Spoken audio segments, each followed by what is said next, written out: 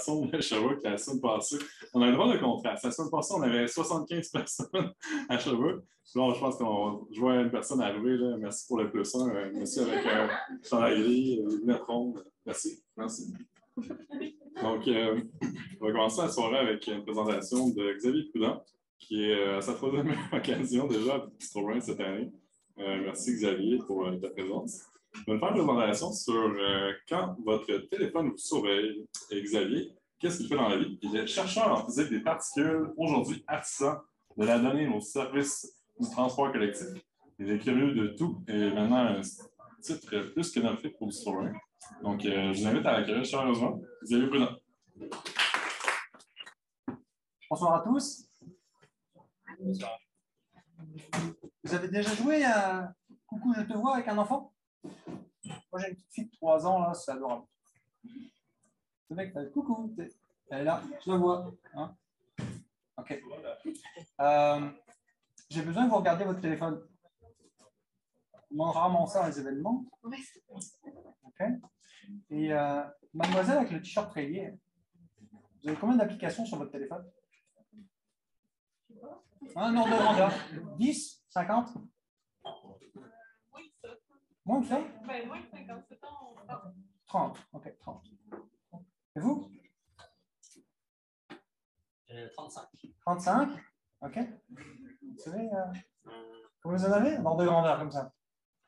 60. 60, ok. Parmi les 3 personnes que j'ai interrogées, qui paye pour ces applications? Qui donne de façon régulière de l'argent ou alors a payé une fois? Elle dit, OK, je donne $2. Okay.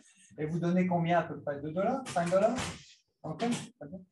Souvent rien. Souvent rien. Souvent rien. Okay, donc on a à peu près 100 applications ici, juste avec 3 personnes. Est-ce que vous savez combien ça coûte de développer une application? OK, le chiffre peut varier. Le chiffre peut varier. Vous pouvez faire une application qui, honnêtement, aujourd'hui, avec les outils, vous pouvez faire une application $100, $1000. Finalement, très peu d'argent. Okay, si vous prenez des applications, l'application Transit, que je vous recommande, qui est une des meilleures applications que je connaisse, elle va vous aider à circuler facilement avec les transports en commun. Là, on parle de millions de dollars. Okay, elle est gratuite. Météo Média, gratuite. Okay. En moyenne, le prix d'une application, c'est $50 000. D'accord? Donc là, c'est comme si vous aviez quasiment en valeur technologique $150 000 dans votre téléphone. Puis vous n'avez pas payé pour ça. Alors, on se dit, qu'est-ce qui se passe là? Est-ce que... Pile.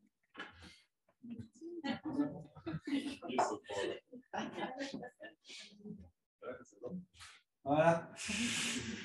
Qu'est-ce que ça veut dire? Est-ce que les applications sont codées au Népal ou à Saint-Benoît-du-Lac par des gens qui, pour le bienfait de l'humanité, disent non, il faut absolument que tu connaisses ton signe astrologique, quelle activité aujourd'hui en fonction de ton cycle de menstruation. Enfin, tu sais, toutes ces milliers d'applications, qui c'est qui les code?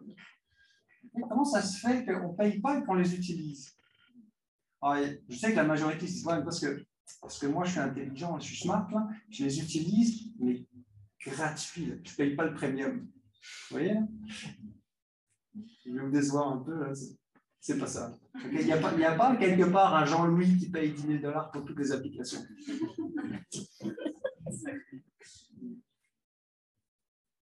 Ok. Je vous ai parlé de Météo Média. C'est une très bonne application made in Québec pour connaître la météo. Que vous la connaissez, vous l'installez et puis c'est très bien son travail. Si vous l'installez, puis vous regardez de trucs, okay, j'accepte, je n'accepte pas. Et puis là, ici, on va vous dire le partage de votre position exacte nous permet de garder en sécurité en vous offrant des alertes, okay, des prévisions, de nouveaux produits, pourquoi pas, des publicités personnalisées et des performances améliorées sur notre application. Le mot-clé, c'est des publicités personnalisées. OK? Ça a l'air tout bête, hein? Comment il faut? Comment est-ce qu'on fait pour rentabiliser une application de $1 million? La clé, hein, c'est le GPS.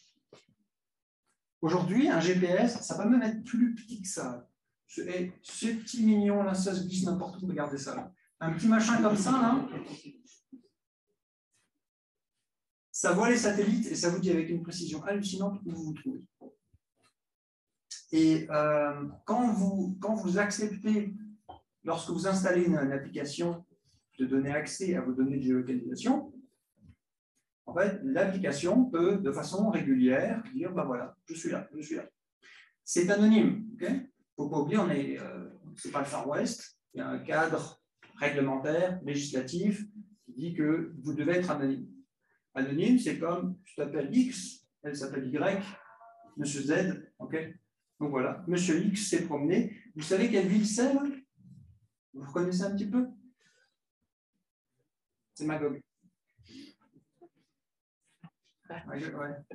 Vous voyez le lac de Magog, ça c'est des points. Okay. Ce sont des données que j'ai achetées.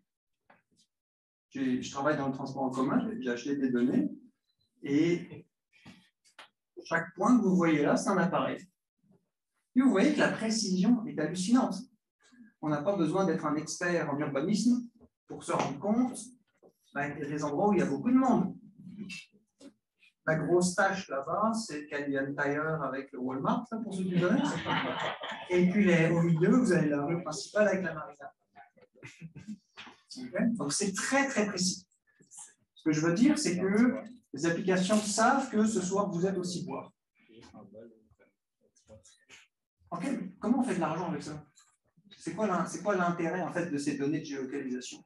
Mais il faut se rendre compte que là, vous rentrez dans un gigantesque pipeline de production, de commercialisation. C'est un marché gigantesque. Quel est l'intérêt? On est cette sympathique famille. Chacun a un téléphone ou un appareil GPS, il ne faut pas oublier, ces petits machins, on les glisse n'importe où. Vous, ce soir, on sait que vous êtes allé au ciboire. Et on la connaît. La clientèle du ciboire. On sait que c'est un peu ça, des jeunes avec un certain niveau de revenus, ça aime bien boire, rigoler, tout ça. Okay. Donc vous rentrez en fait dans une certaine classe de profil.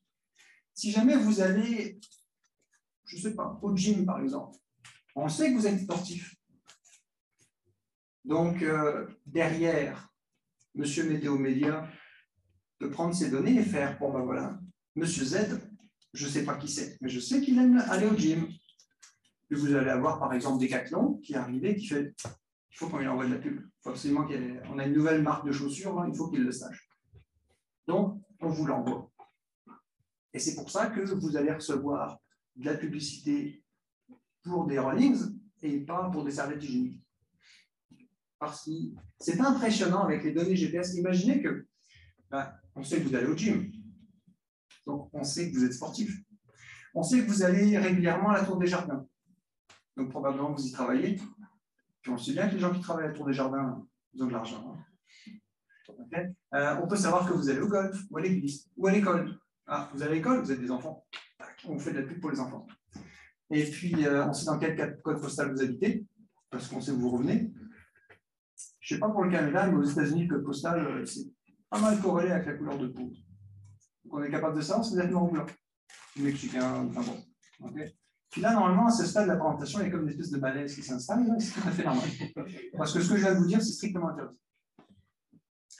Parce que j'imagine que normalement, là, il y a probablement un de vous là, qui est en train d'appeler le musée du Louvre à Paris. Bien, monsieur, on aimerait louer une douzaine de guillotines pour mettre un monsieur Météo Média. Et puis, okay. Et là, mollo, là, d'accord? Pourquoi il ne faut pas faire ça? Parce qu'en fait, tout ce système-là est un équilibre. Bien sûr, ce sont des entreprises qui veulent faire de l'argent, et puis c'est mal et tout ça, d'accord? Et c'est un équilibre, parce qu'effectivement, il y a la volonté de faire de l'argent, mais vous avez aussi de l'autre côté énormément de pouvoir très fort pour limiter tout ce qui peut mal se passer. Quand je dis des contre-contraintes, vous avez la législation, donc il y a ce qu'on appelle le RGDP, qui est une législation européenne extrêmement stricte, qui interdit le profilage. Donc, quand je vous dis, oh, tiens, on va prendre Monsieur Z, Monsieur Z, on sait qu'il va au gym, qu'il habite là, qu'il gagne tant, qu'il est OK. Ça, c'est interdit. D'aller chercher l'identité d'une personne. Et puis de rendre, ce sont des données qui sont sensibles, donc de les stocker n'importe où, n'importe comment, sans protection contre la cybercriminalité, ça aussi c'est interdit. Au Québec, on a la loi 64 qui est encore plus stricte. Okay, et puis chaque pays a plus ou moins ses législations là-dessus. Il y a également des actions plus citoyennes. On a des lanceurs d'alerte, on a des gens qui testent le système, tant mieux. Donc tout ça, ça fait en sorte. Vous avez aussi le signal intersens interdit, c'est que les entreprises elles-mêmes se donnent des limitations. Les contraintes les plus fortes que j'ai vues, c'est assez curieux, mais c'est dans les fournisseurs de données. Parce que je dis, moi, je vais en acheter de ces données-là. Je suis consommateur de ça. Et quand je regarde ce qu'ils nous interdisent de faire avec ces données, on dépasse même des fois le cadre de la législation. Alors, pourquoi il ne faut pas importer des guillotines? J'explique. Vous vous rappelez de cette image-là? Okay. La ligne rose, c'était le programme de Valérie Plante, projet de Montréal, avant qu'elle arrive. Okay. Et puis, donc en substance, en fait, ils voulaient créer une nouvelle ligne de métro. Je vais vous donner un secret d'expert de transport en commun. Une fois que vous avez fait construire une ligne de métro, il vaut mieux pas que vous vous trompez, parce que ça ne se déplace pas. Vous voyez, si vous avez fait le tunnel, là, très honnêtement, un projet comme ça, je le regarde, je peux tout de suite vous dire qu'on est au-dessus de 10 milliards de dollars. D'accord? C'est à la fois beaucoup d'argent et peu, mais bon, quand même, hein, on ne va pas être déçu. Hein. Comment on sait si ça marche? Vous savez comment on l'a construit et puis on teste? Si on était au 19e siècle, oui, probablement, c'est ce qu'on ferait. De toute façon, on sait où sont les ouvriers, on sait où sont les usines, hein, enfin, entre les deux. Aujourd'hui, la population bouge plus, la population a beaucoup plus d'attentes. Comment on sait quand on veut améliorer un service? Et puis là, on parle de Montréal, une ville qui a de l'argent. Si on parle de Sherbrooke, si on parle d'une MRC, si on parle même des fois d'un parc naturel, ils n'ont pas les moyens de faire des sondages, de faire des comptages. Et c'est là, en fait, que toutes ces données de géolocalisation qui sont utilisées pour la publicité peuvent aussi avoir un impact extrêmement positif pour le transport en commun. Parce qu'avec ces données-là, on va être capable de savoir, oui, vous allez de là à là, mais le but, ce n'est pas de vous envoyer de la publicité ou de vous surveiller. Le but, c'est de savoir quels sont vos besoins. Et de cette façon-là, vous façonnez votre environnement par votre comportement. Vous ne dites pas, ouais, moi je veux aller au gym. Non, non, tu y vas et naturellement, on sait que tu vas avoir besoin d'y aller. Et quand on va faire des simulations de transport en commun, de dire qu'est-ce qui se passe si on fait une ligne et cette ligne et un autre arrêt, et puis on va se rendre compte que non, ça marche mieux. Et beaucoup de projets actuels comme le tramway de Québec, le REM, font appel à ces données-là. Ce qui assure aussi qu'on a des résultats qui sont les plus récents possibles. Je vous ai parlé des transports en commun, mais de façon générale, on a une explosion de la taille des villes dans le monde. Ça, si je ne me trompe pas, c'est Tokyo. C'est sûr que j'ai pris un exemple pas mal balèze, okay? Mais des villes de cette taille-là, il n'y en a pas juste 2 dans le monde. Et quand vous devez gérer une ville comme ça, on parle du transport en commun, mais vous pouvez imaginer l'utilisation de l'usage urbain. Et puis, dans ce cas-là, toutes ces données de géolocalisation qu'on avait envie de guillotiner, elles deviennent d'un coup nécessaires pour les gestionnaires de les avoir.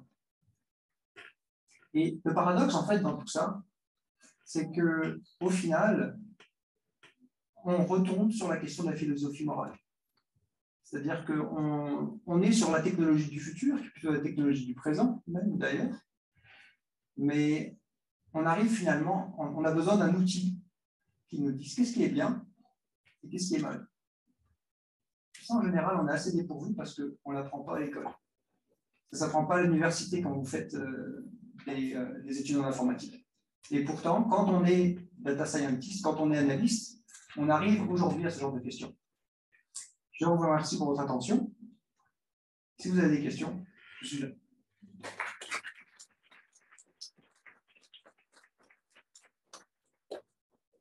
question pour Xavier. Yes, sir. J'ai lu récemment que la raison pour laquelle on reçoit des fois, on a l'impression d'un sel qui nous écoute, c'est parce que justement, on utilise des données de géolocalisation pour savoir avec qui on va parler du temps. C'est, admettons, mon ami a cherché, je ne sais pas, un appartement dans Outremont, ben là, tout d'un coup, moi, je vais regarder, je vais avoir un exemple un peu genre de base, là, mais je me demandais comme qu'est-ce que tu fais sur ça, sur comment, est-ce que, dans le fond, est-ce que le téléphone écoute? Oui, je pense que, non, en fait, la réponse c'était le téléphone n'écoute pas parce que c'est des données de géolocalisation, mais est-ce que c'est vrai? Oui, alors, ça, c'est un sujet qui revient souvent. C'est comme la dernière fois, on avait, est-ce qu'on peut être sourd en buvant une paille, en buvant l'alcool avec une paille, tu sais, et puis c'est ce genre de sujet qui revient souvent, et puis très sincèrement, j'ai entendu tout et son contraire. Il y a des gens qui m'ont dit oui, c'est possible, d'autres qui m'ont dit non, c'est pas possible. De ce que je connais des entreprises, je pense personnellement, mais c'est juste une opinion qu'ils ne le font pas. Je ne dis pas que ce n'est pas possible. Attention, c'est possible, et je sais qu'ils le font pour améliorer l'utilisation, comme par exemple la commande vocale, pour vous comprendre quand vous parlez. Ça, c'est sûr qu'ils le font. Par contre, est-ce qu'ils le font à des fins de publicité? Ça, je ne sais pas. Comment est-ce qu'ils sont capables de savoir qu'effectivement, on a parlé de pyjama? Effectivement, ils sont capables aussi de coïncider les téléphones entre eux. Par exemple, on est tous réunis ici pendant 30-40 minutes, très probablement sur votre profil Facebook. Tu vas recevoir « Hey, est-ce que tu connais mademoiselle au chandail rayé ?» Je dirais « J'en ai vu. » « Non, tu étais aussi boire. » Tu vois? Okay. Donc, ils sont capables, effectivement, de fonctionner aussi en comparant les positions les unes par rapport aux autres. Ouais, est-ce que c'est seulement les applications qui font ça ou bien, tu sais, mettons, là, en se connectant sur le Wi-Fi du ciboire, est-ce que le ciboire collecte nos données et les revend après ça? Il faudra demander. Mais je sais que ce qui se fait aussi, c'est qu'en fait, il y a des systèmes qui te permettent, quand tu te connectes, en fait, tu vas donner accès à ton profil public, par exemple Facebook. Donc, tu as des entreprises en fait, qui te proposent des services en disant que tu peux connaître ta clientèle. Et ça veut dire qu'ensuite, ils te donnent accès au Wi-Fi et ensuite, ils prennent aussi tes données publiques de façon à comprendre, par exemple, quelle est la fraction d'hommes et de femmes, qui sont les riches et les pauvres, comment ils savent, Android, iPhone. Comme ça qu'on distingue les pauvres des riches. Ça fait mal, hein?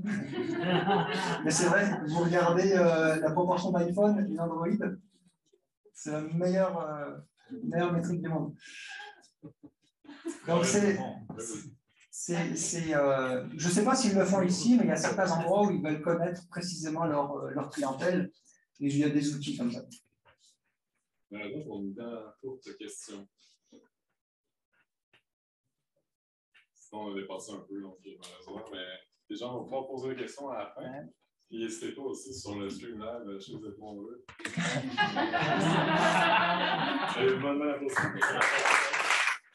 Notre prochain invité ce soir s'appelle Antoine Mayol. C'est quelqu'un qui est un peu un transmétropole que j'ai connu initialement à Sherbrooke. Je vais faire une présentation sur l'empreinte carbone des disjoncteurs à haute tension. On doit se mettre au courant. Merci pour le jeu de mots, vraiment. Sinon, pour faire une petite biographie sur Antoine, il est étudiant en maîtrise en génie électrique à l'École polytechnique de Montréal. Il est également chercheur à l'Institut de recherche d'Hydro-Québec, rien à Varennes, et candidat à la profession d'ingénieur. Antoine se spécialise dans la modélisation des disjoncteurs à haute tension. Et ce soir, il nous parle de disjoncteurs. Pour ceux qui n'avaient pas compris, les disjoncteurs, c'est un peu comme des breakers. En fait, c'est pas juste comme, c'est des breakers. À haute tension et des innovations qui pourraient s'avérer avantageuses pour l'environnement. Donc, merci Antoine de venir sur scène. On a quelque chose. Hein? Bon, bonjour tout le monde. Je vais mettre ton PowerPoint. C'est une belle présentation, mais je ne suis pas si bon que qu'est-ce que tu dis. OK, fait que dans le fond, c'est une présentation qui va parler un peu de la maîtrise, mais surtout de l'environnement relié à ce type d'appareil-là, qui est le disjoncteur. ça marche. OK. Fait que plan de présentation aussi. Je vais faire une mise en contexte pour pas que j'arrive avec des concepts comme ça et que ça parle à personne. Après ça, un mini résumé de ma maîtrise. Puis ensuite, je vais parler d'environnement pour ce qui est du gaz SF6. J'ai un petit peu de difficulté à faire cette présentation-là parce que c'est sûr qu'il y a un problème de confidentialité avec Hydro-Québec. Je ne peux pas parler de données dans mon travail, mettons. Alors, tout ce que je vous présente, c'est des vraies données, mais qui sont également publiques, puis qu'on peut retrouver en ligne. C'est juste que moi, j'ai mis ça ensemble, puis à ce moment-là, il n'y avait aucun problème. Voilà. Fait que le réseau électrique du Québec, si ça ne vous dit rien, ça existe, puis ça appartient à tout le monde, au gouvernement. Fait que ça appartient à Alexis, à Nicolas, avec son fils, puis c'est une société d'État.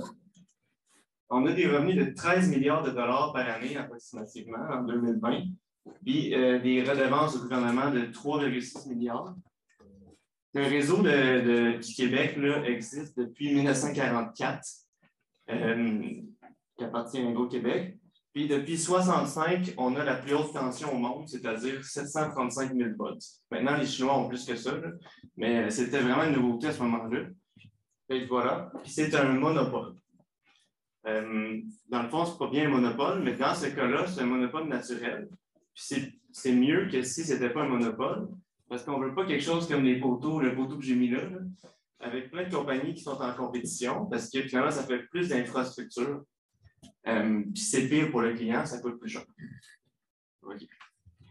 Mini crash course pour le réseau.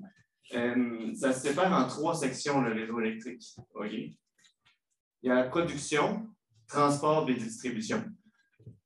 Et là, j'ai mis des appareils qu'on peut retrouver sur le réseau pour vous expliquer un peu c'est quoi. Ici, on a un groupe turbine alternateur. Ça, c'est nos turbines de barrage en production. Ça, c'est un transformateur de puissance. Si je vous fais une comparaison, mettons avec un système de tuyaux et d'eau qui circule à l'intérieur, un transformateur, c'est comme si je changeais la grosseur de mon tuyau. OK? Et le turbine alternateur, c'est comme si c'était une pompe au début de mon tuyau. OK? Ça, c'est un disjoncteur à haute tension. C'est le thème d'aujourd'hui. C'est comme dans le fond, c'est un interrupteur, mais comme a dit Alexis, là, notre panneau de breaker à 15 ampères, c'est un peu la même chose, mais à 40 000 ampères. Ça, c'est le pylône le plus haut du Québec. Ça, on sait ça sert à quoi. Il est à Sorel, si vous passez, là. Au poste Sorel, il est à peu près à la hauteur du stade olympique. Okay. Et puis, il y a le raccordement avec les clients, si on connaît ça. Dans le fond, un disjoncteur, ça ne sert pas juste à couper le courant. Ça peut servir aussi à l'établir. Fait que, il y a le mode ouverture du disjoncteur puis fermeture. On peut l'utiliser en mode normal. Là. Ça fait que si jamais moi je veux aller travailler sur un appareil, ben, pour pas que j'explose ou je prenne en feu, ben, à ce moment-là, le disjoncteur va être utilisé pour désénergiser en premier l'appareil. C'est quelque chose qu'on n'entend pas trop souvent parler, mais qui est extrêmement important pour la fiabilité de notre réseau.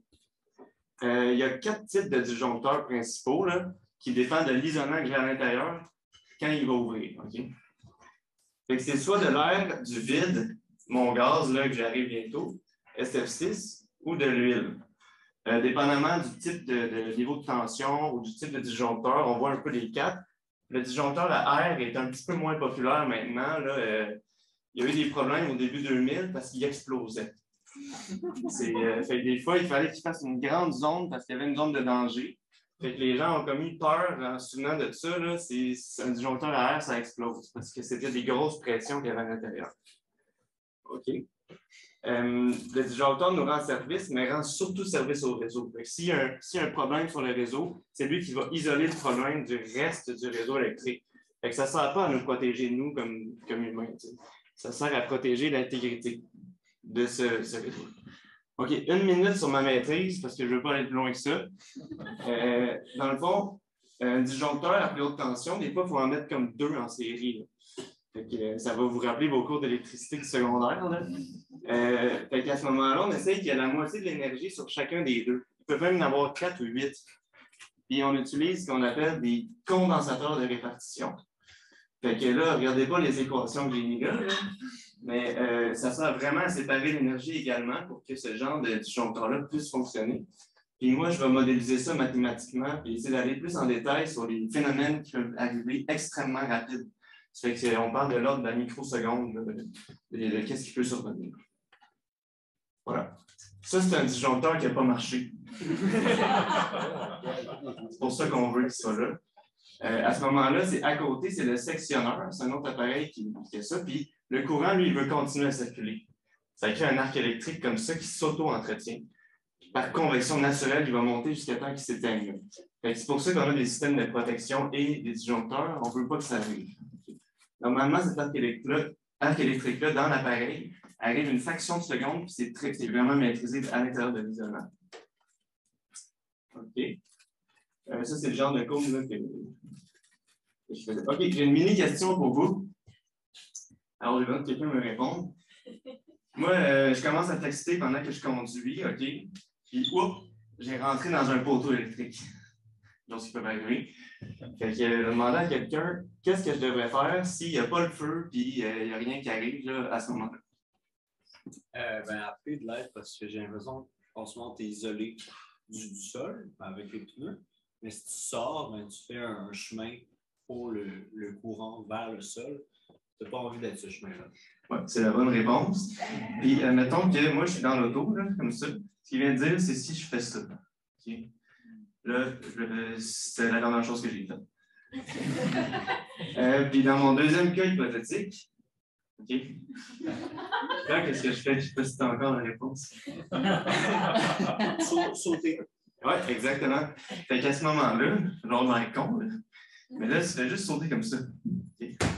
Là, c'est bon, t'es correct, puis tu ouvres le restant de tes lots, puis après ça, tu t'éloignes de même. Là. À 2 fois. Là, j'ai vraiment dans le con, mais tu sais jamais quand ça peut arriver. Tu t'éloignes comme ça jusqu'à 10 mètres du câble électrique. Ça, c'était juste une petite question de santé-sécurité. Puis, si le disjoncteur avait marché à ce moment-là, j'aurais pas eu besoin de m'inquiéter. Mais probablement que si ça touche juste ton auto, le disjoncteur, lui, il ne va pas ouvrir parce qu'il ne voit pas de défaut électrique. C'est quand même une petite chose intéressante à connaître. OK, on revient au SF6. Dans le fond, j'ai dit qu'il y avait certains types de disjoncteurs qui avaient ça. Puis, c'est le gaz à effet de serre le plus puissant au monde. C'est 23 000 fois plus puissant que le CO2 en termes de gaz à effet de serre. Ça prend 3200 ans à se dégrader dans l'atmosphère. OK? Mais c'est tellement un bon isolant que des fois, on n'a pas le choix d'utiliser, par exemple, pour des postes électriques comme celui-là ici, où on a besoin de moins d'espace. Il faut tout compacter, mettons, les appareils. C'est le meilleur isolant possible au niveau gazeux. C'est un certain problème pour diminuer les gaz à effet de serre. C'est cette molécule-là. Il y a un taux de fuite très faible au niveau des appareils électriques, qui est d'environ 1%. Et on a 57 000 tonnes de SF6 installées au Québec, juste pour les disjoncteurs. C'est environ 3 fois plus si on prend les autres types d'appareillage électrique. Et c'est encore en augmentation jusqu'à 2030. Depuis 2011, c'est assujetti au marché du carbone, puis maintenant avec la taxe carbone du Canada, qui est de 30 $ par tonne de CO2 équivalent. OK? C'est quand même moins de 0,3 % concernant les changements climatiques, mais ça pourrait être pire que ça. Puis il faut faire attention pour quand même diminuer ce gaz-là. Dans le fond, il y a beaucoup de stratégies pour mieux monitorer les fuites qui peuvent quand même aider parce qu'à la fin de la vie de cet appareil-là, on peut juste enlever le SF6, puis celui qui n'avait pas eu de fuite, à ce moment-là, ce n'est pas un problème. Fait que c'est quand même des choses qui pourraient aider, mais on voudrait aussi un jour peut-être enlever le SF6 de ces appareils-là. Ici, j'ai fait un petit calcul vite, là. Avec les 60 tonnes dont je vous parlais, ça représente avec la taxe carbone d'aujourd'hui 400 000 $ par année. Mais c'est une taxe qui est vue à augmenter de 5 à 6 % par année en moyenne avec le marché du carbone. Puis si on considère dans les autres appareils du Québec, c'est 1,3 million par année, juste en termes de taxes pour polluer. C'est quand même quelque chose. Il y a une entreprise dans l'Ouest Carbon Engineering. Je ne sais pas si ça vous dit quelque chose. Il y en a qui connaissent ça. Ouais, il y a des gens qui connaissent ça. Mais dans le fond, cette entreprise-là crée un carburant synthétique à partir du CO2 de l'atmosphère. Mais pourquoi je vous parle de ça? C'est qu'eux ont estimé que pour que la taxe carbone soit correcte pour l'industrie et rendre leur carburant compétitif, ça demanderait un prix de 125 à 1250 $ de tonne CO2 équivalent, ce qui représenterait, pour mon petit calcul niaiseux, 21 millions par année maintenant. Fait que, moi, je vois ça, le SF6, comme un low-hanging fruit. C'est une façon peut-être d'enlever des gaz à effet de serre plus vite qu'on pense, qui sont quand même faciles d'enlever parce qu'il existe des alternatives. C'est juste que l'alternative technologique va coûter un petit peu plus cher. Alors, je vous présente quelques alternatives qui existent. Les disjoncteurs avec du vide à l'intérieur ne fonctionnent jusqu'à 25 000 volts. Fait que tout ce qui est très haute tension, la technologie n'est pas là encore, mais ça pourrait venir. Il y en a qu'on appelle clean air ou disjoncteurs à air. C'est comme ceux qui explosaient, que je vous disais dans le temps. Mais maintenant, ils sont un petit peu mieux faits, puis on n'a pas de compresseur d'air. Fait qu'on pourrait maintenir une pression de 30 atmosphères à l'intérieur de l'appareil, seulement avec de l'air. Puis à ce moment-là, on n'aurait plus besoin du SF6. Ça coûte un petit peu plus cher, mais c'est des technologies qui s'en viennent, là, même de GE et autres compagnies qui font ça. On a les composés perfluorés aussi, parce que le fluor est excellent pour éteindre un arc électrique. Mais le problème, c'est sa toxicité. Et puis, c'est aussi un gaz à effet de serre. Il ne se renouvelle pas bien à l'intérieur de l'appareil. Ça, c'est pas parfait. Mais sinon, il y a deux autres solutions que j'aime beaucoup à la fin. On pourrait mettre 99 % d'azote dans mon disjoncteur au lieu de 100 % de SF6. Puis on aurait une espèce de meilleur des deux mondes où on a les propriétés isolantes du SF6, puis on a besoin d'aller à la moins haute pression. Fait que là, je disais 30 atmosphères, peut-être que ça serait 20 atmosphères. Puis à ce moment-là, ça serait un appareil qui coûte un petit peu plus cher, mais quand même qui enlève une forte partie de notre gaz à effet de serre. Ou sinon, une combinaison en série, ça c'est peut-être plus dans une dizaine d'années ou une quinzaine d'années que ça peut arriver, des technologies à vide et à l'air qui pourraient à ce moment-là remplacer notre SF6. C'est sûr que je vous parle, là, ça c'est la partie technologie du futur. À part celle à l'air, c'est toutes des choses qui n'existent pas là, en ce moment, qui ne se vendent pas si je veux avoir un manufacturier. Mais c'est des pistes de solutions qui pourraient nous aider. Puis voilà, moi je voulais vous sensibiliser à ce problème-là, là, qu'on entend plus souvent parler, dans le fond. Voilà. Je ne sais pas s'il y a des questions. Oui. Moi, dans le fond, ce que je me demande, c'est est-ce que les contrats qui sont donnés au Québec pour les faire ces disjoncteurs-là, est-ce que c'est toujours donné à la personne qui offre le prix le plus bas ou il y a comme une analyse un peu plus profonde que ça? Vite comme ça, en fait, il y a des classes de disjoncteurs. Okay. Puis il y en a qui font jusqu'à 2000 manœuvres ou 10 000 manœuvres dans une durée de vie. Mais souvent, on va prendre celle qui est à 10 000 manœuvres. Au Québec, dans le sens, ils ont quand même des bons requis au niveau de la qualité des appareils qu'ils vont installer. Okay. Fait que non, c'est pas juste le moins bon ou le plus cheap, là, avec le plus bas soumissionnaire. Il y a quand même un bon... ils demandent des bonnes spécifications des appareils. OK. Je ne sais pas s'il y a d'autres questions. Oui. Pourquoi le besoin de confidentialité dans les données au Québec? C'est plus, mettons, si on travaille sur un rapport ou n'importe quoi, à ce moment-là, c'est dans le code de déontologie. Mais tu sais, j'aurais pas pu vous donner tant plus de détails que ça intéressants, même si j'allais dans les trucs confidentiels. Là. Je vais juste m'assurer qu'il n'y a pas de plagiat ou rien de ça, problème de vide de brevet. Mais ça n'a pas changé la qualité de la présentation à Québec. Je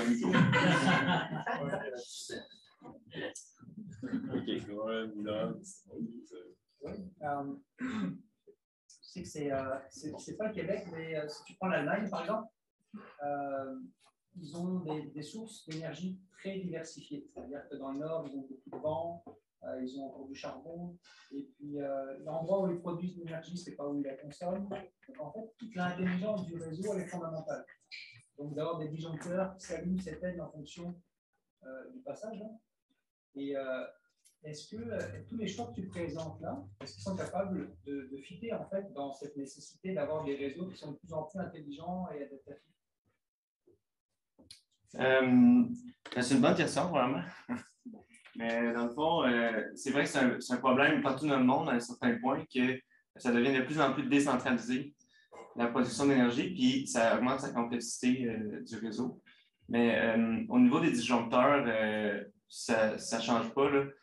Peut-être juste si c'est collé directement sur la production, là, ça change le type à utiliser. Mais sinon, mettons, du côté protection réseau, le plus compliqué, c'est si on dépasse 25 % de pénétration des énergies renouvelables transitoires.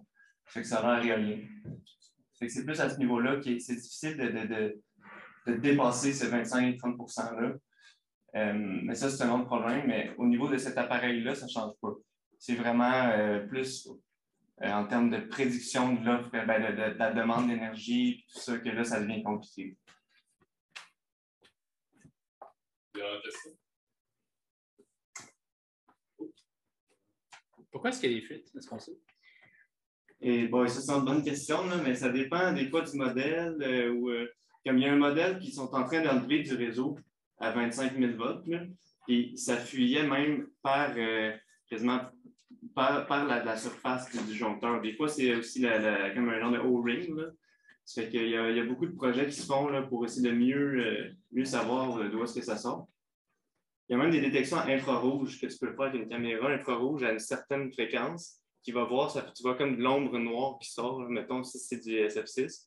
Fait qu'il y a plein de technologies qui peuvent aider, mais le 1% qui sort, c'est souvent des vieilles installations, puis c'est très difficile à dire là, où ça fuit.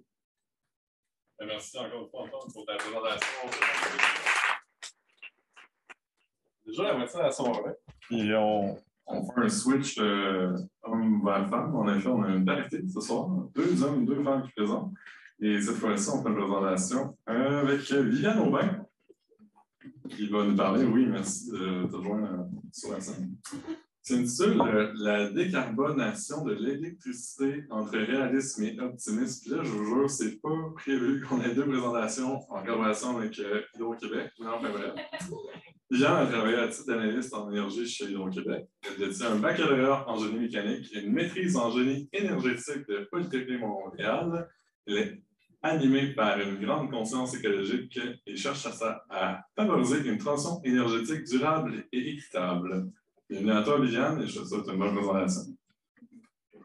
OK.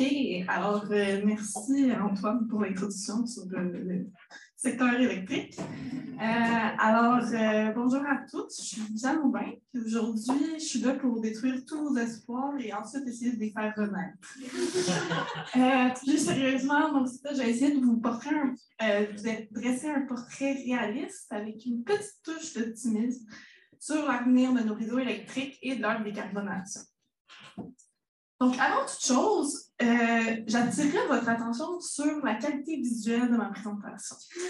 J'ai absolument aucun mérite, j'ai downloadé un template, mais j'ai choisi ce template-là parce que je trouve qu'il illustre très bien mon propos. Donc, si on regarde, on voit des belles éoliennes, des petits panneaux solaires, des feuilles. Ça illustre vraiment un peu la croyance que, énergie solaire, énergie éolienne et nature ne font qu'un, puis elles vont nous sauver de la crise climatique. Malheureusement, ce n'est pas si simple, mais c'est un peu la vision que j'avais de ces énergies-là avant de travailler dans le domaine énergétique. Et c'est un peu la vision licorne. Licorne? Je sais pas si licorne.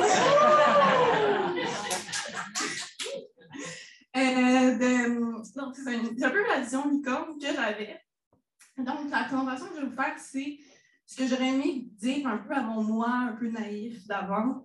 Donc, ce que je lui dirais aujourd'hui. Puis à travers ça, j'espère que je vais vous apprendre quelques éléments. Donc, pour commencer, un gros chiffre qui frappe, 63 %. Ça, c'est la part de production d'électricité qui est faite avec des combustibles fossiles en 2019, mais c'est à peu près le même ordre de grandeur aujourd'hui.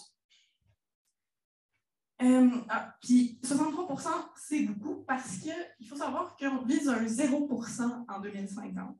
Là, on parle juste de l'électricité. On s'entend qu'il y a des combustibles fossiles qui sont utilisés ailleurs que pour l'électricité, ne serait-ce que juste pour le transport, l'industrie, plein d'autres affaires. Donc, si on regarde un peu à peu près plus global, pour ce qui est de la production, donc, on voit le gros bout jaune, c'est de 63% de combustible fossile. Il y a quand même une bonne partie de l'électricité qui est produite avec du nucléaire ou avec de l'hydro. Et on voit aussi quand même des pointes significatives d'éolien et de solaire. Donc, toute cette production électrique-là, elle sert à répondre à la demande qui a vraiment augmenté beaucoup dans les dernières années. Donc, en 50 ans, la demande aura presque été multipliée par 5. Et c'est pas prêt de s'arrêter parce que, en pensée, on parle d'électrification, ça va contribuer à encore augmenter davantage la demande. Donc, la bonne nouvelle dans tout ça, c'est que, mettons, il y a 10 ou 20 ans, si on avait fait le même graphique, ben, on n'aurait même pas vu les parts de l'éolien et du solaire. Donc, ils ont vraiment augmenté beaucoup. Là. Il y a eu une croissance fulgurante de l'éolien et du solaire dans les dernières années. Puis là, la vision arc-en-ciel, comme on peut se dire, ah, tout va bien aller, ça va continuer d'augmenter, ça va nous permettre de répondre à toute la demande croissante, puis en plus, ça va remplacer les combustibles fossiles, il n'y en a plus de problème. Malheureusement, encore, c'est ça. C'est pas si simple, puis c'est ça que j'ai expliqué un peu dans ma présentation. Donc, avant toute chose, une chose à savoir, c'est qu'il y a 2 facteurs qui favorisent la montée des énergies solaires et éoliennes. Donc, d'abord, il y a leur chute des prix. Dans les dernières années, leurs prix ils ont baissé de manière fulgurante. Aujourd'hui, si on veut produire de la nouvelle électricité, la façon la plus abordable de le faire, c'est avec du solaire et de l'éolien. Ensuite, il y a le soutien gouvernemental. Donc, souvent, ça ne va pas très vite de ce côté-là, mais il reste que c'est grâce à leurs cibles, leurs programmes, leurs subventions, etc. Ça a vraiment contribué à la croissance des énergies renouvelables variables, donc le solaire et l'éolien. Par contre, là, justement, on voit qu'il y en a de plus en plus du solaire d'éolien, puis on commence à voir que ce n'est pas parfait, cette énergie-là. Si on regarde juste du côté des éoliennes, je dirais que la majorité des gens sont pauvres jusqu'à temps qu'il y en ait proche de chez eux. Parce que là, ils se rendent compte que, ouais, c'est gros, une éolienne, ça fait du bruit. Puis là, ils vivent un petit désenchantement. Ça, c'est pour les éoliennes, mais pour les panneaux solaires, il y a aussi des petits inconvénients. Ça prend de la place. Si, par exemple, on voulait juste répondre au millième de la demande en électricité au Québec avec des panneaux solaires, on aurait besoin de couvrir 40 terrains de football américains juste avec des panneaux solaires. Ça, c'est pour le millième de la demande au Québec. Donc, mon moi, un peu naïf, mais quand même un peu cynique, aurait pu dire, OK, c'est quand même pas si grave, là, on a de l'espace, on peut en trouver tous les bâtiments, puis moi je trouve ça beau, les éoliennes. Puis au final, ce qui est surtout important, c'est le prix. Hein? Malheureusement, c'est l'argent qui drive le monde. Donc, effectivement, c'est vrai, c'est pas des gros inconvénients, parce que ça, c'est pas les vrais inconvénients du solaire et de l'éolien. Le vrai inconvénient, c'est basé sur ça. Un grand sage a dit un jour, quand tu pars une brassée dans ta laveuse, il y a une centrale électrique quelque part qui se met à produire plus. Pourquoi? Parce qu'en fait, dans un réseau électrique, il y a toujours un équilibre parfait entre la production et la demande d'électricité. Donc, tout ce que vous faites dans votre maison, là, donc si vous allumez une lumière, partez une brassée, montez le chauffage, ça a un impact direct sur une centrale d'Hydro-Québec quelque part. Et ça, parce que, justement, il faut toujours qu'il y ait un équilibre parfait entre la production et la demande. Donc, ces ajustements-là, c'est justement un interrupteur de lumière qui part, ça se fait automatiquement. Mais si c'est des plus grosses variations, donc il y a du monde qui s'appelle chez Hydro-Québec, ouais, par cette turbine-là. C'est un peu bizarre. On y pense, là. Moi, je pensais que c'était un peu plus automatique, mais c'est encore un peu archaïque. Anyway. Donc, on a besoin d'avoir un équilibre parfait entre la production et la demande. Là, pour ça, il faut être capable d'ajuster la production. Mais avec le solaire, l'éolien, on n'a aucun contrôle sur la production. Ça produit quand il vente, quand il fait soleil. Puis, s'il y a quelqu'un qui a trouvé comment contrôler la météo, je pense que vous devriez lever la main. Donc, c'est ça le problème. Oui, l'énergie du solaire, l'éolien est vraiment pas chère, mais elle n'est pas au bon moment. On n'a aucun contrôle sur le timing de cette énergie-là. Ça reste que c'est des bonnes énergies, mais il faut d'autres ressources qui vont permettre d'équilibrer le réseau quand, mettons, par exemple, on a une grosse production solaire et éolienne, puis peu de demande, ou l'inverse. Donc, il y a plusieurs ressources qui peuvent justement aider à cet équilibre. Les fossiles, c'est moyen là, comme idée. Si on veut se décarboner, c'est peut-être pas la meilleure option. Ensuite, il y a l'hydroélectricité. Donc, avec les gros barrages, on peut faire produire plus ou moins d'électricité en faisant passer plus ou moins d'eau. Et c'est pas cher, ça produit peu, en partie dans les climats nordiques. Par contre, il y a tous les enjeux territoriaux. Hein. Ça prend beaucoup d'espace aussi, faire des gros barrages, des gros réservoirs. Puis, évidemment, donc ça fait des enjeux écologiques, mais ça fait aussi des enjeux sociaux. Ça n'a pas toujours été très bien géré avec les Autochtones. Bref, ce n'est pas une ressource parfaite. Ensuite, on a le nucléaire. Encore là, ça contribue presque pas aux émissions de gaz à effet de serre. C'est vraiment très peu polluant. Ça ne coûte pas si cher. Mais il y a comme des petits déchets radioactifs qui sont créés quand on produit de l'électricité. Ils ne sont pas très populaires. Et en plus, bon, il y a tout le risque des catastrophes, donc Fukushima, Tchernobyl. Il n'y en a pas eu beaucoup, mais ça marque les esprits. Et il y a peu de monde qui veut ça dans sa cour. Ensuite, il y a les batteries. Ça, ce qui est le fun avec les batteries, c'est que c'est assez simple. Dans le fond, quand il y a trop de production électrique, donc avec le solaire et l'éolien, on pourrait mettre ça dans une batterie, donc charger la batterie, puis la décharger à un moment où ces énergies-là produisent peu et qu'il y a une forte demande.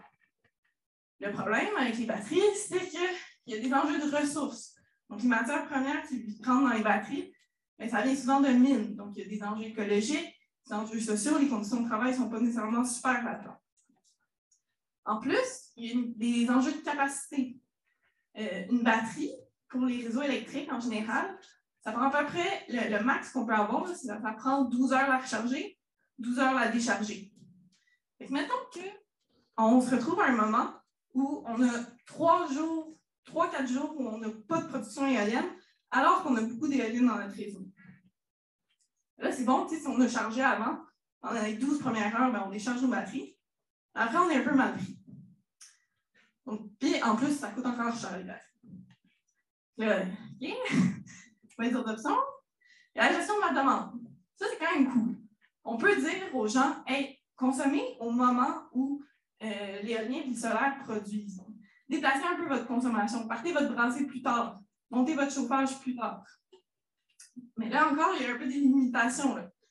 Si encore là, on se retrouve avec 3-4 jours, pas de production éolienne, on ne peut pas dire aux gens pendant l'hiver, ben, vous ne faites pas pendant 3-4 jours, ça va être correct. Je pense qu'il va y avoir un petit peu de résistance. Donc, dernière option, ben, en plus, il y en a d'autres, mais ça, je me limite à ça là, pour les technologies du futur. L'hydrogène, quand même très technologie du futur parce que c'est quand même très immature encore comme technologie. C'est le même principe que les batteries. Donc, quand on a un surplus de production par rapport à la demande, on produit de l'hydrogène avec l'électricité. Puis ça, on peut en produire beaucoup. Là, fait qu'on n'a pas la limitation des 12 heures avec les batteries. Et à un moment où on a beaucoup de demande, peu de production, bien là, on brûle l'hydrogène. Donc ça émet de l'eau, donc c'est pas polluant. Et avec ça, bien, en brûlant l'hydrogène, on produit de l'électricité qu'on réinjecte dans le réseau. Malheureusement, donc je dis que c'est immature comme technologie parce que ça coûte encore très cher et il y a vraiment beaucoup de pertes. Mon moi naïf aurait alors dit, ouais, mais là, OK, c'est vrai que c'est un beau problème dans le monde, mais au moins au Québec, on est correct. Là, on a plein d'hydroélectricité. On n'a pas besoin de construire tant d'éoliennes et de solaire. Effectivement, le Québec, on est un très grand producteur d'hydroélectricité, un des plus grands au monde.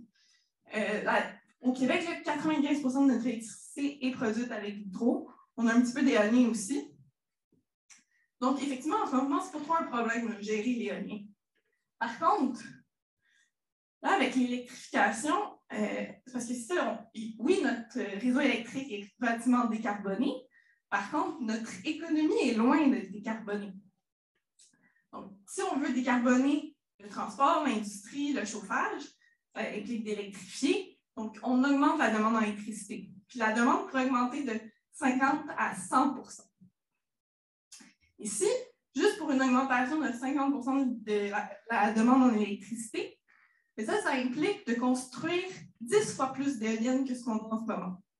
Donc, les enjeux, on va commencer à les vivre. Puis là, je pense que mon moi d'avant, il aurait été « Oh, mais il y a l'efficacité énergétique, guys! on peut réduire notre demande. » Oui, effectivement. Surtout au Québec, là, on n'est vraiment pas bon. Là, on gaspille beaucoup d'électricité. Donc, il y a vraiment un gros potentiel d'efficacité énergétique. Donc, isoler mieux les maisons, puis mettre des thermopompes à la place des radiateurs, ça consomme moins d'électricité. Mais, c'est ça. Il y a un bon potentiel, mais il y a quand même une limite de ce qu'on peut faire avec l'efficacité énergétique. Donc, avec toutes ces considérations, toutes plus optimistes les unes que les autres, c'est quoi la conclusion qu'il faut tirer de tout ça? Bien, en gros, ce qu'il faut savoir, c'est que oui, le solaire et l'éolien vont jouer un rôle super important dans la décarbonation de l'électricité, puis juste de l'économie en général et partout dans le monde. Par contre, elles ne vont pas y arriver seules. Pour réussir la décarbonation complète, on va vraiment avoir besoin de toutes les ressources auxquelles on a accès. Ça inclut le nucléaire, l'hydroélectricité, puis les batteries, l'hydrogène, tout.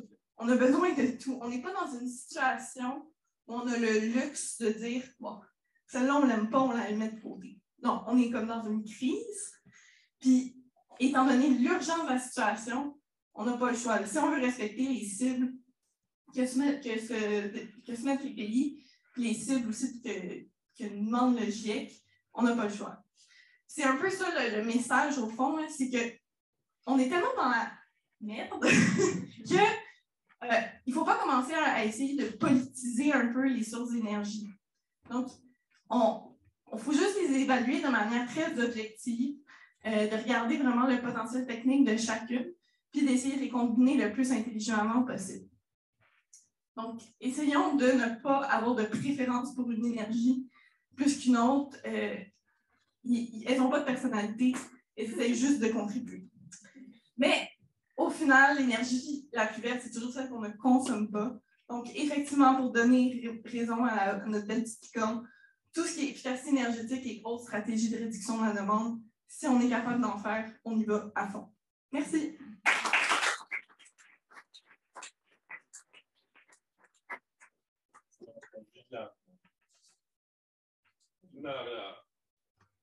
Oui. Parce que là, tu parles de réduire la consommation d'électricité. C'est un des gros trucs qu'on fait. Oui. D'un autre côté, on a une présentation là-dessus, la géolocalisation sur les cellulaires, les appareils électroniques qui sont quand même présents autour de nous. Est-ce que il y a moyen de comme contrebalancer tout ça? Est-ce que les appareils électroniques, c'est sûr que les appareils électroniques et optimiser notre consommation pour avoir quand même le gain, parce que là, on va parler plein de gains de géolocalisation. Quand même, dans le fond, utiliser le numérique pour favoriser la réduction de la demande? Bien, effectivement, tout ce qui est gestion de la demande, c'est ça un peu qui s'en vient, là, l'Hydro-Québec qui travaille là-dessus. Mais en gros, c'est que justement, il va tout avoir une question de faire des applications où tu vas avoir une notification sur ton téléphone, puis là, tu vois, oh, OK, le réseau, il est comme un peu sous pression. Descends ton chauffage de 2-3 degrés, genre ce soir. Fait qu'il y a toute cette question un peu de faire participer l'abonné, le client dans le réseau électrique pour gérer un peu plus intelligemment puis essayer de réduire au possible tous les enjeux sur le réseau électrique pour qu'ils puissent répondre à nos besoins. Oui? Ah, il y avait aussi... Tu n'as pas parlé un peu de comment étaient produits les panneaux solaires, mais ce que je sache, c'est quand même très polluant avec du silicium et du germanium. Est-ce que tu sais que s'il y a des choses qui se font pour réduire cette pollution-là? Effectivement, la production de panneaux solaires est plus polluante, mettons, que celle d'éoliennes. Mais si tu regardes la production d'électricité solaire sur l'ensemble de son cycle de vie versus le charbon, le gaz naturel, mettons, je dirais, le solaire, c'est à peu près 4 fois plus polluant que l'éolien, mais c'est peut-être 200 fois moins polluant que le charbon. Mais effectivement, je pense qu'il y a de la recherche qui se fait pour rendre ça encore moins polluant, puis qu'il y ait moins de pression pour les matériaux, puis ce genre de choses. Mais c'est ça reste que c'est quand même mieux que les combustibles fossiles.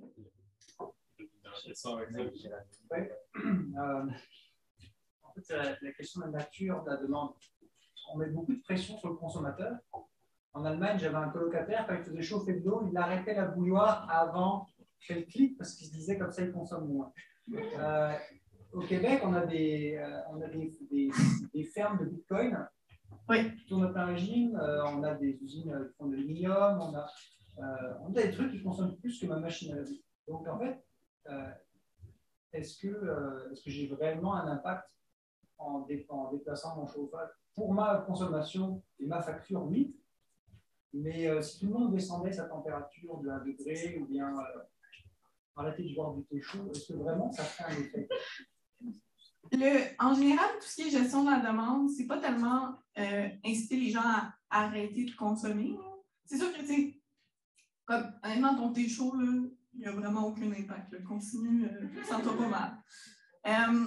Fait que c'est plus une question de déplacement. Parce qu'effectivement, si les 4 millions de clients résidentiels au Québec baissent un peu leur chauffage de 1 ou 2 degrés, ça fait une différence sur le réseau. Assez pour que Hydro-Québec mette des fonds là-dedans pour développer cette technologie-là.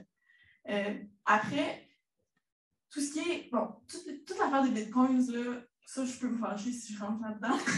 Effectivement, je veux dire, là, ça c'est un peu politique, là, mais c'était plus dans la stratégie avant. Aujourd'hui, Hydro-Québec, ils sont comme un peu moins là-dedans. Parce qu'à un moment donné, on avait comme beaucoup d'électricité. Bon, qu'est-ce qu'on fait avec ça? On va aller faire des bitcoins. Mais c'est un peu, en tout cas, à mon avis, c'est un peu niaiseux.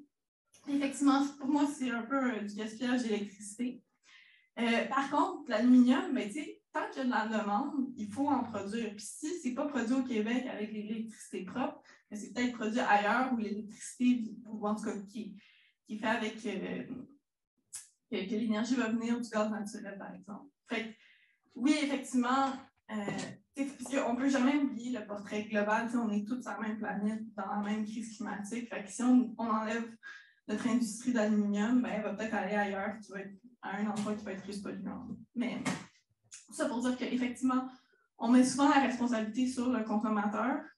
Puis je pense qu'il y a un impact là, de tous ces chantiers d'efficacité énergétique. On a économisé 10 TWh à peu près dans les 10 dernières années. Là. Fait que ça, c'est comme 5 de la demande annuelle. Là. Fait que c'est quand même pas mal. Puis c'est ça. Donc, je pense qu'il y a des choses à faire là-dedans, mais effectivement, c'est pas. Il y a une limite un peu à ce que l'individu peut faire, puis il ne faut pas se culpabiliser pour notre thé chaud. Oui, juste au niveau des barrages et de mettre de l'eau sur une ancienne forêt, ça prend combien de temps environ à être l'équivalent des énergies fossiles? Est-ce que c'est déjà rentabilisé depuis longtemps au barrage de 40 ans? Comment est-ce que c'est évalué comme l'impact? Oui, c'est ça. En fait, ça, c'est ça. Les études diffèrent. Là. Puis, mettons, aux États-Unis, il y a comme beaucoup d'opposition aux lignes qu'on est en train de construire pour exporter notre électricité.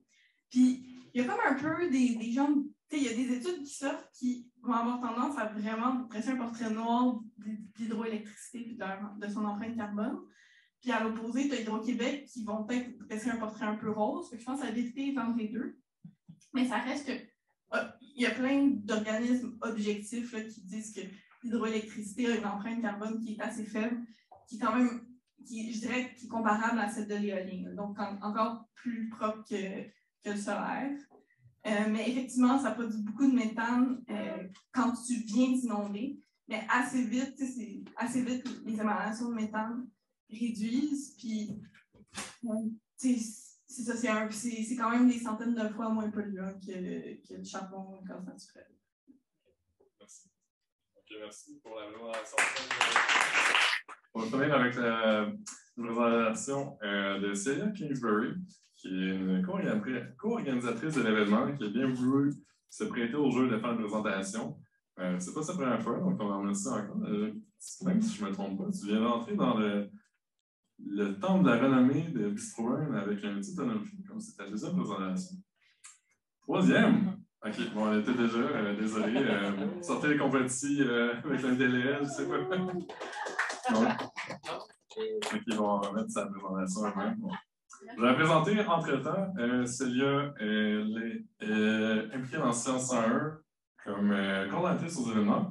Dans sa vie académique, elle est étudiante au doctorat en santé publique, promotion de la santé à l'École de santé publique de l'Université de Montréal. Elle détient une maîtrise en sciences de l'activité physique et un baccalauréat en kinésiologie. Elle s'intéresse aux déterminants psychologiques de l'activité physique chez la population en général et celle aux prises avec les troubles de santé mentale. Ces questions de recherche portent également sur le transport actif comme moyen de lutter contre la sédentarité et les changements climatiques. Je pense que ça va passer sans mots, mais enfin, bref, on va te pardonner. Donc, merci de l'accueillir.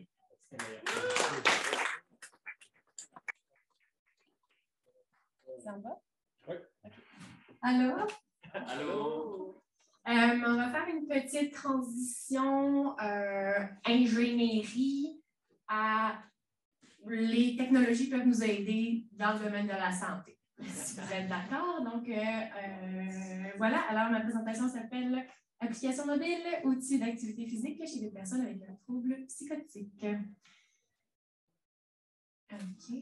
Donc, on va commencer par nos principales concernées. Donc, les personnes qui ont un trouble psychotique. Vous avez peut-être déjà entendu ce mot, vous avez peut-être déjà entendu schizophrénie, trouble schizophréniforme, peut-être pas celui-là en fait, trouble schizoaffectif, trouble délirant. En fait, il s'agit d'un spectre. Les troubles psychotiques sont un spectre. J'ai pris l'analogie qu'Alexis a mentionnée lors de son passage au podcast La tête à Papineau, qui expliquait en fait qu'une personne avec la schizophrénie ou une personne avec un trouble psychotique, c'est comme être dans le brouillard constamment, ne pas avoir accès à ce qui se cache derrière le brouillard. On pense qu'on sait c'est quoi, mais on ne le sait pas vraiment finalement.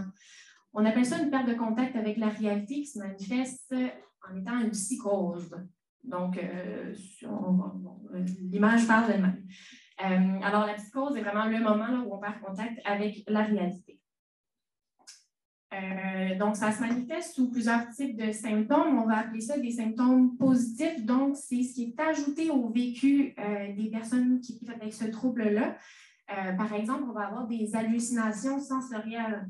La plus courante, c'est des hallucinations auditives. On va entendre des voix qui nous parlent à nous là, directement. On peut avoir des hallucinations visuelles, par exemple, avoir des esprits. On peut avoir des sensations aussi, avoir des fourmis dans le corps, par exemple. On peut aussi avoir des délires. Donc, ça, c'est vraiment des croyances figées. Puis on a plusieurs types, dont, par exemple, un délire de grandeur, se penser pour Jésus, par exemple. Donc, tout ce qui est extraordinaire par rapport à soi-même. Puis ça va se manifester aussi avec un comportement désorganisé, une parole désorganisée, donc c'est jamais très clair le fil conducteur des idées. Donc voilà, pour les symptômes positifs, à l'inverse, on peut avoir des symptômes négatifs, donc une expérience qui est soustraite du vécu. Ça va se manifester souvent par une perte d'expérience et d'expression des émotions. Donc souvent, ces personnes-là vont être neutres, vont pas rire, vont pas être tristes, vont pas vivre des choses et les manifester. Puis il y a aussi beaucoup de déficits cognitifs, par exemple, là, un déclin des facultés de mémoire. Donc, c'est tout le temps le fun. Puis pour mettre un peu de contexte, là, qui a ces troubles-là, bien, en fait, dans la population, on a 1 à 3 % qui est atteint de troubles psychotiques. Puis malheureusement, ces personnes-là sont davantage touchées par des comorbidités, c'est-à-dire d'autres troubles de santé en plus de ce qu'ils ont déjà, comme l'obésité, le diabète, des complications cardiaques et le syndrome métabolique. Encore malheureusement, ces gens-là ont une espérance de vie désagréable, mais aussi une espérance de vie définitivement moindre que la population générale, c'est-à-dire de 15 à 25 ans de moins. Et si je ne me trompe pas, je pense que 40% de cette population-là décède par suicide. Enfin, ça ne va pas bien. Intéressons-nous à eux et à elles.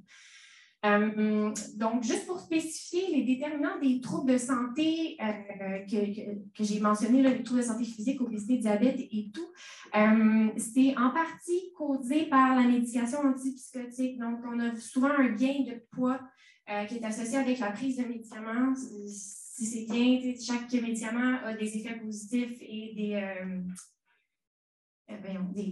effets négatifs. Donc, voilà, c'est le négatif.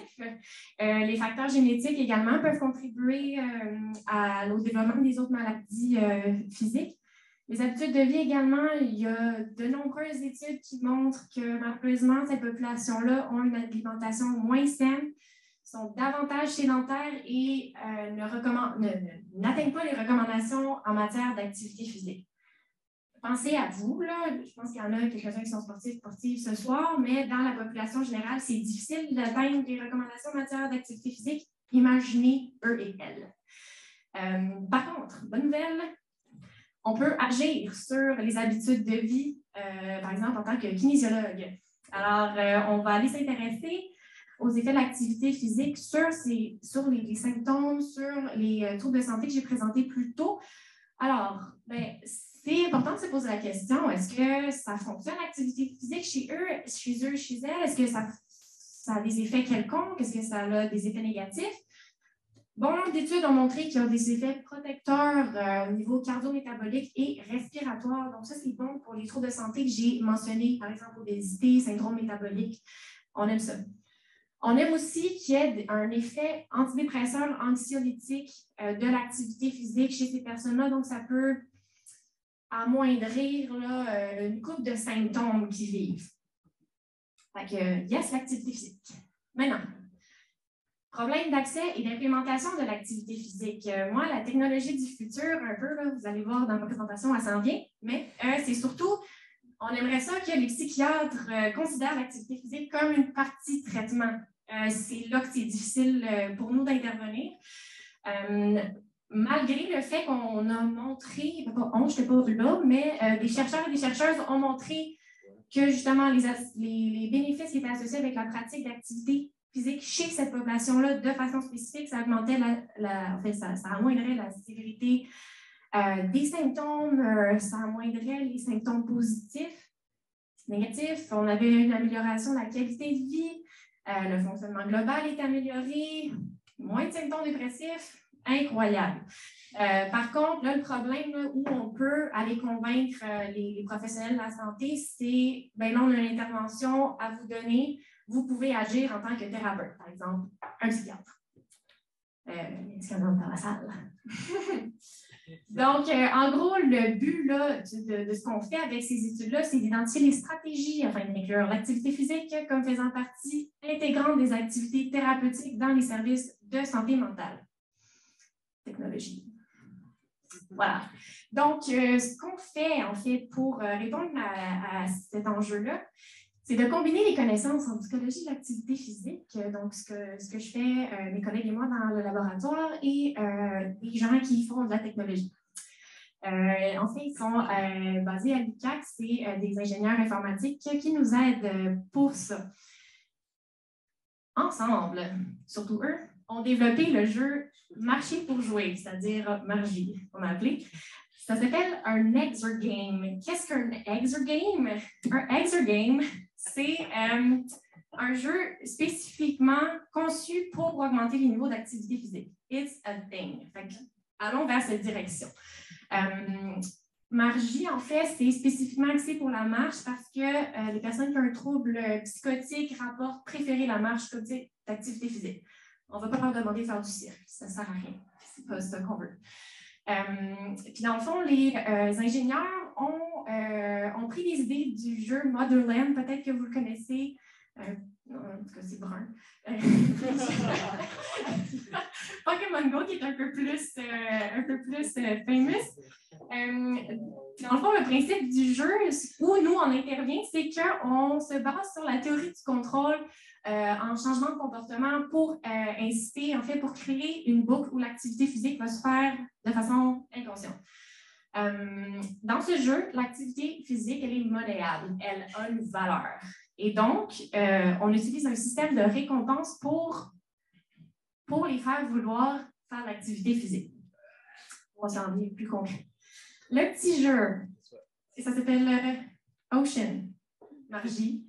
Et vous avez comme première image à gauche un océan. Dans le fond, dans le jeu, il y a genre 100 poissons, par exemple. Ça, c'est le niveau 1.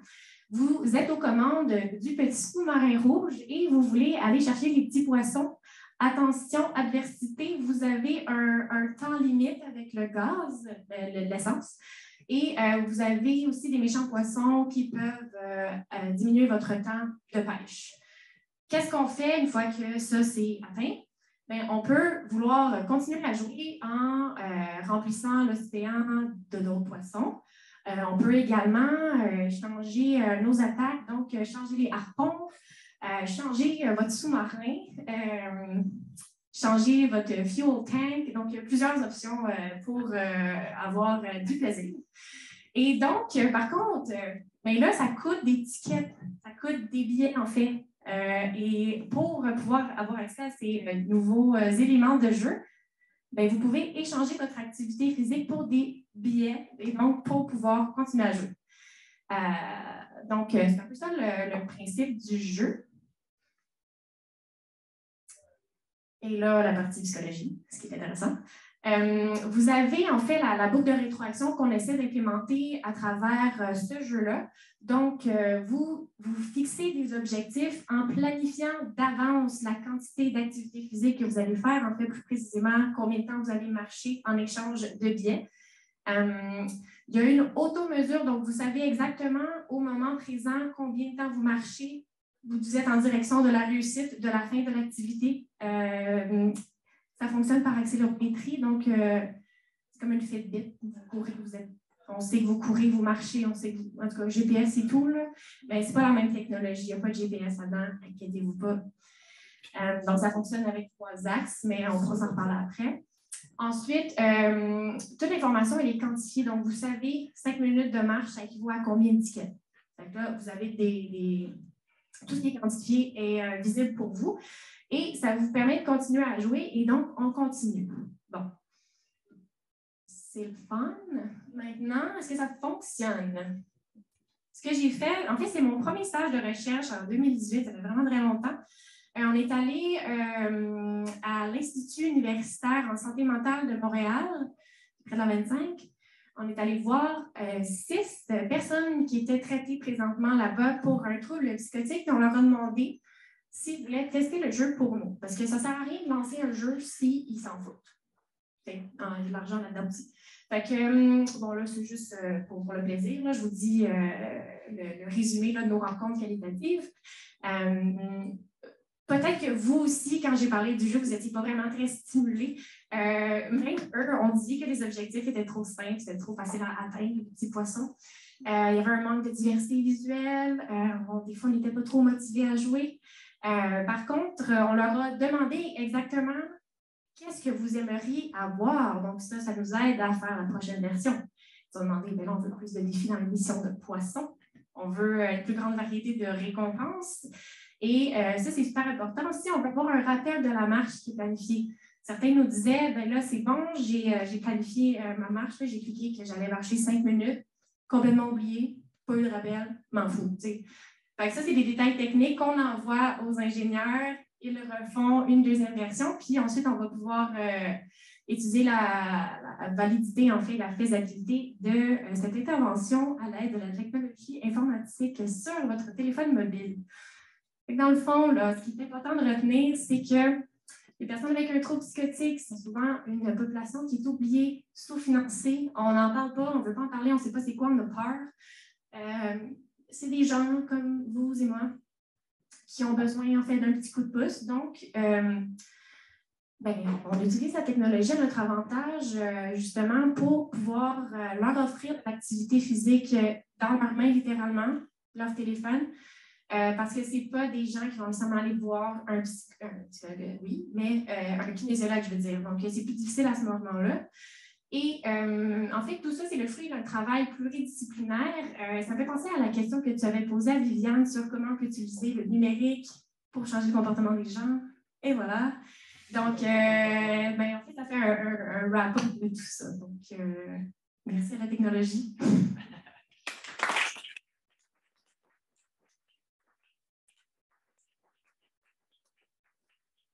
Si jamais vous voulez voir exactement là, la technologie informatique qui a été utilisée, il y a un article qui a été développé à ce sujet, donc sur le jeu spécifiquement, qui est intéressant quand même. Merci Célèbre pour la présentation. Est-ce qu'on avait des questions pour la présentatrice? Tu peux considérer peut-être établir un partenariat avec une application, un jeu qui est déjà comme prouvé comme vraiment addictif. Mettons, tu sais, dans le pic de Candy Crush, si les gens pouvaient faire du jog pour avoir des bonus, j'imagine que ça aurait pu avoir quand même un impact assez positif sur la population. Oui, c'est vraiment une bonne question. Vu que j'ai zéro été en contact avec la création de l'application, nous autres, on leur a dit on veut que tel mécanisme psychologique, ça rentre, mettons, fixer des buts, on l'a traduit en buts qui pouvaient être faits dans une application. Fait que dans le fond, en fait, l'explique super bien dans leur article, ils nous disent OK, donc c'est inspiré de Pokémon Go parce que ça, on sait que c'est associé avec des déplacements. Ils ont mentionné Candy Crush pour le fait que c'est addictif. Mais par contre, ils avaient des contraintes là, au niveau d'un ancrage théorique en psychologie. Fait que j'imagine que ça les a limités, mais par contre, un partenariat, ça pourrait vraiment être intéressant. Je ne sais pas comment ça marche, ça doit coûter cher. On n'a pas d'argent, santé mentale, on fait pitié. On fait avec les poignets du bord, pas mal. C'est une bonne question. Oui. Est-ce que le jeu a juste été testé puis peut-être va être amélioré ou il a été mis, il a envoyé à ces gens-là? Est-ce qu'il est réel? Oui, est-ce que cette étude-là a vu la fin? Ouais. Malheureusement, c'est les désavantages de travailler dans des équipes pluridisciplinaires sont à l'UQAC. On est à l'UQAM, mais là, c'est pas grave avec la pandémie, mais donc, ça, c'est parti en 2018. On avait commencé la faisabilité en leur faisant porter une montre accéléromètre pour avoir une quantité d'activité physique objective, pour voir si le téléphone le captait vraiment, pour voir si ça fonctionnait bien. Il y a ces analyses-là à faire. On n'a pas de nouvelles de l'UQAC pour la version 2. On va les solliciter. Ils présentent dans un congrès ce jeu-là. Donc, ils ne l'ont pas oublié. Fait que je pense que ça va prendre fin un jour, mais éventuellement, en fait, c'est ça. En santé mentale, là, c'est où la technologie du futur entre. On veut des interventions plus individualisées, on veut que la technologie nous aide, là, des trucs qui font, un peu comme l'intelligence, c'est pas ça, là, mais l'intelligence artificielle pour avoir le traitement à toi spécifiquement versus toi. Je ne sais pas pourquoi je disais ça, mais oui, en fait, les gens qui travaillent dans ce milieu-là font ça aussi, qui est vraiment en demande. Fait que je ne sais pas s'ils sont plus là-dessus, mais ça peut être une piste de solution. Poser une question, vous avez posé chacun toute la question. Toute la question. On est pas assez curieux, je pense. Est-ce qu'on a une autre question là? Je ne sais pas si par exemple, on vous a un peu oublié, sorry. On va voir le chat message. Mais je pense que c'est un message privé parce que moi, je ne l'ai pas lu. On a une question en arrière dans ce cas. Parce que là, c'est un jeu vraiment pour les personnes qui ont certains troubles psychologiques. Est-ce que, genre, je ne sais pas si ça les marginalise un peu dans le sens où ils ont leur jeu à eux, puis nous, on a nos jeux à nous. Est-ce qu'il y a un moyen d'aller mettre ce jeu-là plus étendu, puis que tout le monde peut jouer, puis créer un possible contact avec les personnes qui sont possiblement des troubles à travers ce jeu-là, puis genre enlever d'autres problèmes qui sont l'isolement? Absolument, c'est vraiment une excellente question. Puis c'est pas la difficulté avec laquelle on travaille en santé mentale, mais c'est quand même une réalité qu'on ne veut pas stigmatiser les gens. Ils sont déjà assez stigmatisés par les normes sociales et tout. Mais tu sais, on a quand même besoin de tester ce jeu-là auprès de cette population pour pouvoir dire empiriquement, ça fonctionne. Les psychiatres utilisent ça comme façon de traiter les gens. Mais après, on n'est pas obligé de dire que c'est un jeu pour les personnes avec un trouble psychotique. On peut dire, le jeu existe. Puis là, c'est comme, je sais pas, c'est au même titre que de prescrire l'activité physique, c'est juste que là, c'est un moyen, un outil qui utilise la technologie pour y arriver. Fait, ça, c'est vraiment plus quand on va lancer l'application, si jamais ça arrive, à ce moment-là, il faudra faire attention de ne pas les pointer du doigt et dire « c'est pour vous ». Bonne question. Et naturellement, dans la question d'exemple. Donc, ces gens qui ont des hallucinations, pourquoi ne pas dès le début avoir juste on va essayer juste Pokémon Go pour les gens qui voient déjà des Pokémon dans leur vie là. Donc tu leur donnes le jeu, on sait qu'il est bien fait, tu sais, on sait visuellement, on sait qu'il y a toute une théorie du jeu derrière aussi. Pourquoi ne pas avoir essayé un jeu déjà existant? La théorie sur laquelle on s'ancre pour développer le jeu, pas la même que Pokémon Go utilise. Donc, ça peut être un élément de réponse, ça. Puis en fait, on voulait tester aussi l'utilisation d'une théorie, celle de la théorie du contrôle, à travers un jeu chez ces personnes-là. Fait probablement que, en fait, là, on la teste, on regarde si ça fonctionne ou pas, mais je sais que dans leur papier, ils nous ont mentionné Pokémon Go, c'est une source d'inspiration pour notre jeu. Mais je pense qu'il y a des éléments dans Pokémon Go, je ne pourrais pas dire exactement lesquels, on ne peut pas appliquer dans le jeu pour cette population-là. Mais en fait, ça revient un peu à la question du partenariat. On pourrait tester Pokémon Go, voir est-ce que ça... En fait, ce serait intéressant de voir est-ce que Pokémon Go, ça marche plus que cette application-là. Peut-être que oui, mais peut-être que non. Ces entreprises-là peuvent avoir des réductions fiscales si elles collaborent. Oh, ben là, on va les appeler. On va leur dire aussi s'ils sont au courant. Il y a des programmes, si jamais ils peuvent prouver qu'ils ont collaboré, je ne sais pas, ils font un mode spécial physio qui est adapté, alors là on pense à santé mentale, mais c'est une sorte de standard universel du sport hein, pour beaucoup de choses. Si on fait un mode médical, en gros, et que en fait, eux, ça va leur prendre sur leurs impôts, donc que des avantages. Bon, ben, l'idée du partenariat est revenue plusieurs fois, je la garde en tête. Donc, ça va être pas une question, mais on vous invite à poser la question à celle-là. Oui, on peut.